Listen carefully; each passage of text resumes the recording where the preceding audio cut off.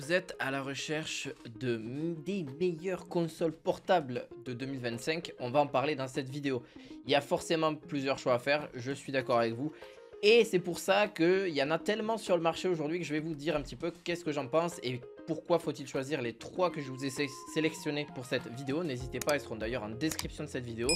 Déjà pour commencer, qu'est-ce que c'est déjà une console portable? Bon, comme il est dit dans le titre, c'est une console qui est un peu comme la Switch, sauf que aujourd'hui vous pourrez, avec une console portable qui n'est pas la Switch, vous pourrez jouer à peu près tous les jeux. En fait, c'est un mini PC transportable partout et vous aurez accès normalement à toutes les applications de jeux vidéo. C'est généralement sous Windows, en règle générale, un peu boosté avec Steam, etc.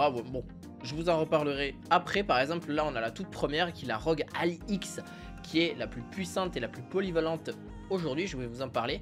Alors c'est déjà le meilleur processeur, le AMD Ryzen Z1 Extreme, qui offre d'excellentes performances, y compris sur des jeux AAA, AAA. Et en fait, c'est aussi un écran Full HD 100 Hz avec du FreeSync Premium pour une fluidité maximale, une grande autonomie de 2 heures à 10 heures en fonction, bien sûr, du jeu, en fonction de la qualité graphique, comment vous allez la pousser. Ça se recharge ultra rapidement, ça ne consomme que seulement 100 watts, donc c'est déjà pas mal.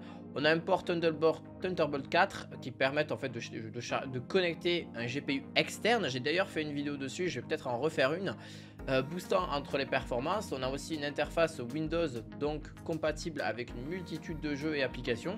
Comme je vous l'ai dit, il y a un petit point faible à la rigueur, c'est l'utilisation de Windows, qui peut demander des optimisations manuelles, etc., drivers, mise à jour, et un prix plus ou moins élevé pour ce que ça peut être. On est aux alentours de 900 €. Certes, ça reste extrêmement, pour le coup, très polyvalent. On a beaucoup de choses, on a accès à énormément de choses là-dessus.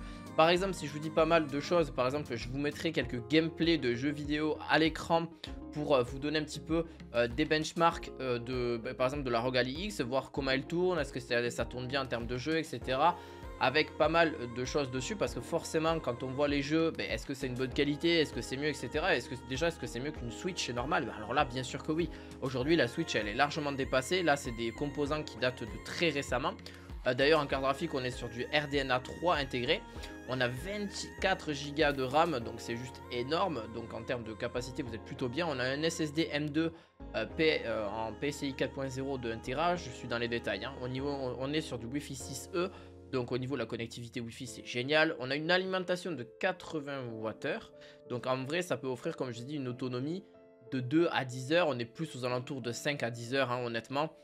Tout dépend en fait du jeu, et tout dépend aussi, voilà, si c'est un gros jeu, même si ça fait tourner des gros AAA, il n'y a pas de souci là-dessus. Bien sûr, c'est sous Windows 11, donc ça offre une compatibilité étendue avec une large gamme de jeux et d'applications. Donc bien sûr, vous pouvez vous en servir comme PC, hein, sans problème là-dessus.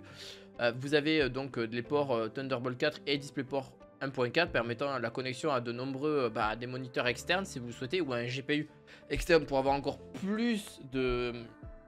Je vais y arriver, mais avoir encore plus de parties graphiques finalement, que ça tourne encore mieux. Et vous gagnez un petit peu plus d'FPS sur les jeux, malgré que ça se démerde pas trop mal, excusez-moi du terme, mais c'est vrai. Donc au niveau de la disposition, c'est vraiment, je trouve, une bonne console qui se positionne sur une alternative puissante au Steam Deck, que je vais le présenter juste après, offrant des améliorations notables en termes de mémoire, de stockage et d'autonomie par rapport au modèle précédent. Donc voilà, vous m'en direz des nouvelles pour ceux qui ont déjà la console, ou ceux qui l'ont pas encore et qui souhaitent se la procurer. Vous l'aurez en description de cette vidéo. Je vais parler du second produit de cette vidéo, qui est la Lenovo Legion Go, qui est aussi une très bonne console. On ne va parler que de marques différentes là-dessus et qui sont très concurrentes sur le marché. Écran plus grand, 8 pouces, 120 Hz, parfait pour le confort visuel, joystick et capteur magnétique, donc ça c'est génial. C'est d'ailleurs ce qu'on devrait retrouver sur la Switch 2 au passage. Performance 15 à 30% supérieure au Steam Deck, qui commence à se faire un petit peu vieux, faut être d'accord. Donc capable de gérer les jeux récents plus fluidement en tout cas. Donc Fortnite, Call of, sans problème. En vrai de vrai, il n'y aura pas trop de soucis, que ce soit un Call of Black Ops 6, il n'y aura pas trop de soucis. Meilleure connectique avec 2 USB-C et DisplayPort aussi, compatible avec des moniteurs externes ou un GPU externe, il n'y aura pas de souci de ce côté là. On a des points faibles un peu, c'est vrai que la console est un peu encombrante, elle est un peu plus lourde. Windows aussi, comme la ROG Ally X, peut nécessiter aussi quelques ajustements techniques, une autonomie limitée entre 1 et 5 heures, donc elle est quand même un peu moins bonne que la ROG Ally. Idéal pour ceux qui veulent une alternative au Stream Deck avec plus de puissance et un écran plus grand. Alors bien sûr le prix n'est pas le même non plus. on est quand même sur quelque chose d'un peu moins cher que la ROG Ally X hein, pour la question. Et on est je crois à 100 € moins cher, 150, donc c'est quand même pas négligeable. Ensuite au niveau des aspects un peu techniques, on a une taille de 8,8 pouces, on a une résolution Quad HD, donc 2560 par 1600. Plus hein, parce que c'est normalement c'est par 1440, donc on est un petit peu plus haut, c'est du Quad HD+, et on a un écran tactile IPS avec protection Corning Gorilla à la glace, bon ça tient très bien en vrai, jusqu'à 140 Hz avec un taux de rafraîchissement variable encore une fois, parce que si vous souhaitez vous pouvez mettre que du 60 Hz pour, bah voilà, si vous voulez pas trop que ça consomme en termes de performance etc, pour la batterie etc. On a une luminosité qui est quand même bonne hein, en soi, 500 nits, c'est pas extraordinaire mais ça reste correct. On est sur pareil une puce AMD Ryzen Z1 Extreme, donc sur l'architecture Z4 hein, tout simplement. On est sur 8 cœurs, ce serait bon, carte graphique RDNA 3 intégrée, donc on est à peu près pareil au niveau de ça, sauf qu'on a un peu moins de mémoire RAM, on a 16 Go, et on est sur un SSD pareil de soit 512 soit 1 Tera et extensible en slot micro SD UHS 2. Faites attention à ça parce que ben, pour le coup pour mettre des jeux en plus, mettre des choses en plus, là-dessus c'est vraiment important. Connectivité pareil, Wi-Fi 6, Bluetooth, voilà, vous avez port DisplayPort, vous avez la possibilité d'avoir un lecteur micro SD. Par contre, on ne peut pas brancher de carte graphique externe, ça c'est important de vous le dire. Mais enfin, vous pouvez, mais je suis pas forcément, j'ai pas testé pour le coup, donc faites attention à ça. Mon gros point faible pour celui-ci, c'est vraiment la batterie. Je vous dis honnêtement, 49,3 Wh par rapport à l'autre, on est à 80. Bon, c'est pas du tout la même chose. D'après les utilisations que j'ai pu voir, il y en a qui disent qu'ils arrivent jusqu'à 7 heures, mais malgré qu'ils ont pas mal descendu les paramètres pour que ça consomme le moins possible. Donc on peut arriver à ça, mais c'est vraiment... c'est dommage parce que ça néglige totalement le potentiel de la console. Donc voilà, c'est un peu dommage. Il y a une charge rapide hein, qu'il faut quand même noter. On est sous Windows 11, après l'audio, voilà, ça reste correct. Voilà, bon, c'est vraiment une alternative pour ceux qui veulent, entre guillemets, un Steam Deck un petit peu mieux que ce qui se fait actuellement. Mais il faut savoir que actuellement il y a le Steam Deck OLED qui existe. Vous avez l'écran aussi LCD. Bon, en vrai dans tous les cas, je vous mettrai deux styles de Steam Deck qui sont à peu près les mêmes hein, au niveau de celui-ci. On est donc sur un processeur qui est personnalisé. Donc en gros c'est un APU. Enfin c'est un peu compliqué. Je vais vous expliquer pourquoi.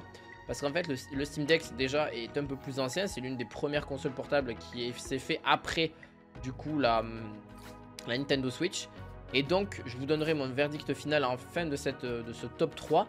Et pour vraiment être plus en accord par rapport au Steam Deck version LED, c'est que le rapport qualité-prix il est plutôt bon, on est aux alentours de 500-600 €, hein, c'est en fonction des plateformes.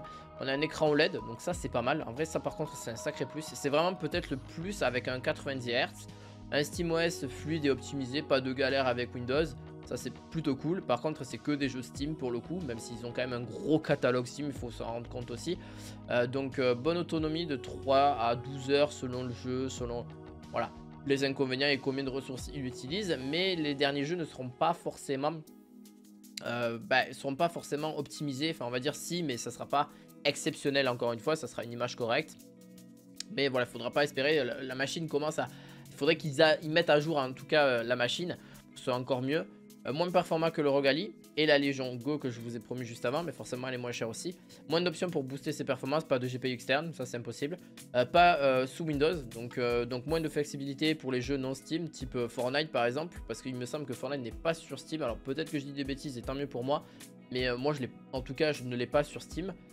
Vous avez ceux qui veulent en tout cas une expérience simple, optimisée et fluide sans avoir à bidouiller Windows etc. Bon, même si Windows aujourd'hui c'est pas très compliqué hein, on va s'en rendre compte, enfin le système d'exploitation est bien. Et puis même vous pourrez travailler si vous voulez à partir de votre console portable. Enfin, en gros votre console portable, celles qui sont sous Windows, en fait c'est limite un mini PC quoi.